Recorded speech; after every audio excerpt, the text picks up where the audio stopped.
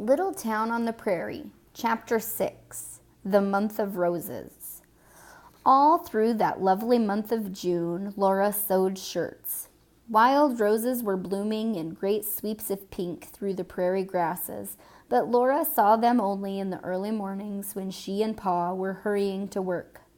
The soft morning sky was changing to a clearer blue, and already a few wisps of summer cloud were trailing across it. The roses scented the wind, and along the road the fresh blossoms, with their new petals and golden centers, looked up like little faces. At noon, she knew, great white cloud puffs would be sailing in sparkling blue. Their shadows would drift across blowing grasses and fluttering roses. But at noon, she would be in the noisy kitchen. At night when she came home, the morning's roses were faded and their petals were scattering on the wind. Still, she was too old now to play anymore, and it was wonderful to think that already she was earning good wages. Every Saturday night, Mrs. White counted out $1.50, and Laura took it home to Ma. "I don't like to take all your money, Laura," Ma said once. "It does seem that you should keep some for yourself." "Why, Ma? What for?" Laura asked. "I don't need anything." Her shoes were still good. She had stockings and underwear, and her calico dress was almost new. All the week she looked forward to the pleasure of bringing home her wages to Ma. Often she thought, too, that this was only the beginning. In 2 more years she would be 16, old enough to teach school. If she studied hard and faithfully and got a teacher's certificate and then got a school to teach, she would be a real help to Pa and Ma. Then she could begin to repay them for all that it had cost to provide for her since she was a baby. Then, surely, they could send Mary to college. Sometimes she almost asked Ma if they could not somehow manage to send Mary to college now, counting on her earnings later to help keep Mary there. She never quite spoke of it, for fear that Ma would say it was too great a chance to take. Still, the faint hope kept her going more cheerfully to town to work. Her wages were a help. She knew that Ma saved every penny that could be saved, and Mary would go to college as soon as Pa and Ma could possibly send her. The town was like a sore on the beautiful wild prairie. Old haystacks and manure piles were rotting around the stables. The backs of the stores' false fronts were rough and ugly. The grass was worn now, even from 2nd Street, and gritty dust blew between the buildings. The town smelled of staleness and dust and smoke and a fatty odor of cooking. A dank smell came from the saloons, and a musty sourness from the ground by back doors where the dishwater was thrown out. But after you had been in town a little while, you did not smell its smells, and there was some interest in seeing strangers go by. The boys and girls that Laura had met in town last winter were not there now. They had gone out to stay on homestead claims.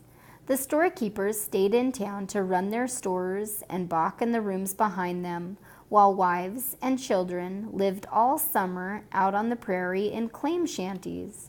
For the law was that a man could not keep a homestead claim unless his family lived on it 6 months of every year for 5 years.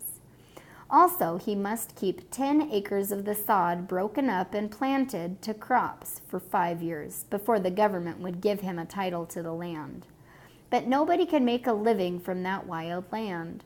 So the women and girls stayed all summer in claim shanties to satisfy the law, and the boys broke the sod and planted crops, while the fathers built the town and tried to make money enough to buy food and tools from the East.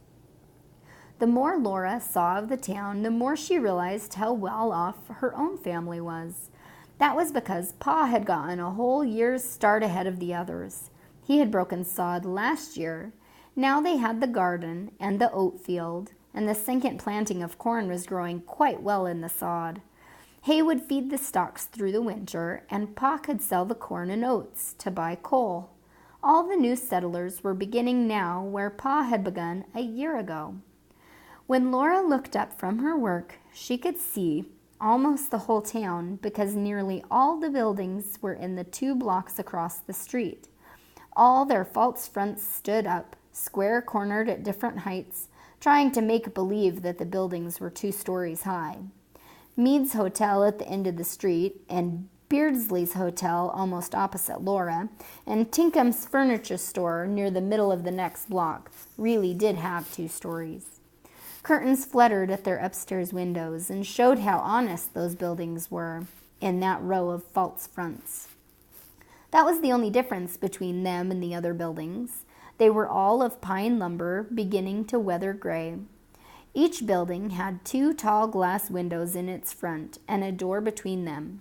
Every door was open now to the warm weather, and every doorway was filled with a strip of faded pink mosquito netting tacked onto a framework to make a screen door. In front of them all ran the level board sidewalk, and all along its edge were hitching posts. There were always a few horses in sight, tied here or there to the posts, and sometimes a wagon with a team of horses or oxen. Once in a while, when she bit off a thread, Laura saw a man cross the sidewalk, untie his horse, swing onto it, and ride away. Sometimes she heard a team and wagon, and when the sounds were loudest, she glanced up and saw it passing by. One day, an outburst of confused shouting startled her. She saw a tall man come bursting out of Brown's saloon. The screen door loudly slammed shut behind him. With great dignity, the man turned about. He looked haughtily at the screen door, and lifting one long leg, he thrust his foot contemptuously through the pink mosquito netting.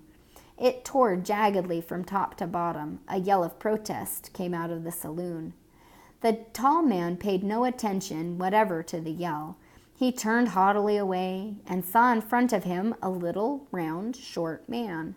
The short man wanted to go into the saloon. The tall man wanted to walk away, but each was in front of the other. The tall man stood very tall and dignified. The short man stood puffed out with dignity. In the doorway, the saloon keeper complained about the torn screen door. Neither of them paid any attention to him. They looked at each other and grew more and more dignified. Suddenly, the tall man knew what to do.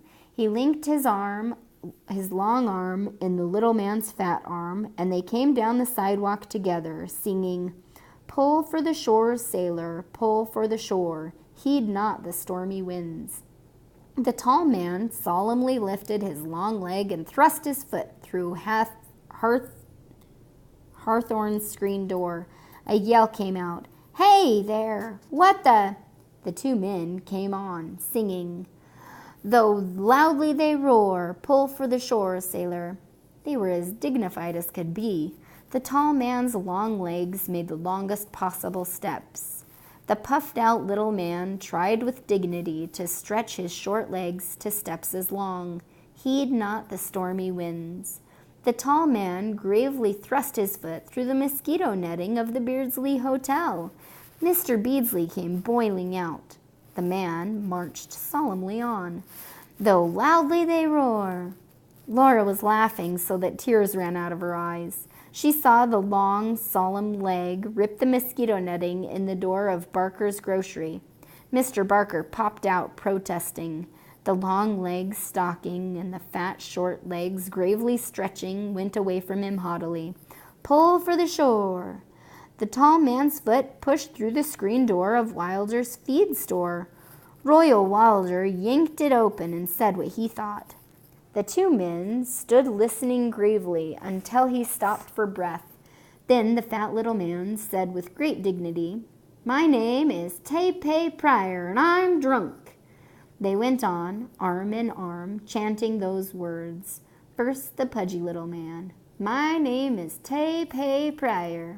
Then both together, like bullfrogs, "And I'm drunk." The tall man would not say that his name was T.P. Prairie, but he always came in solemnly, "And I'm drunk." They wheeled square about and marched into the other saloon. Its screen door slammed loudly behind them.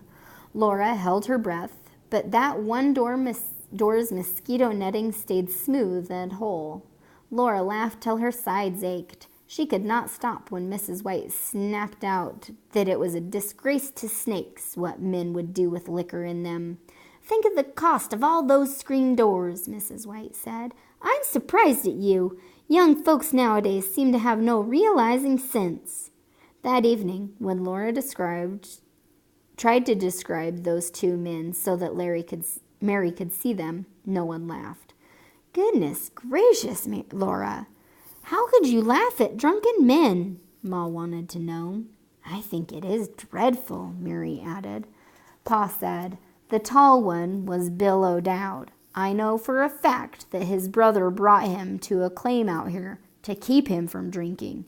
2 saloons in this town are just 2 saloons too many." "It's a pity more men don't say the same," said Ma. "I begin to believe that if there isn't a stop put to the liquor traffic, women must bestir themselves and have something to say about it." Pa twinkled at her. "Seems to me you have plenty to say, Caroline. Ma never left me in doubt as to the evil of drink, nor you either." "Be that as it may," said Ma, "it's a crying shame that such things can happen before Laura's very eyes." Pa looked at Laura, and his eyes were still twinkling.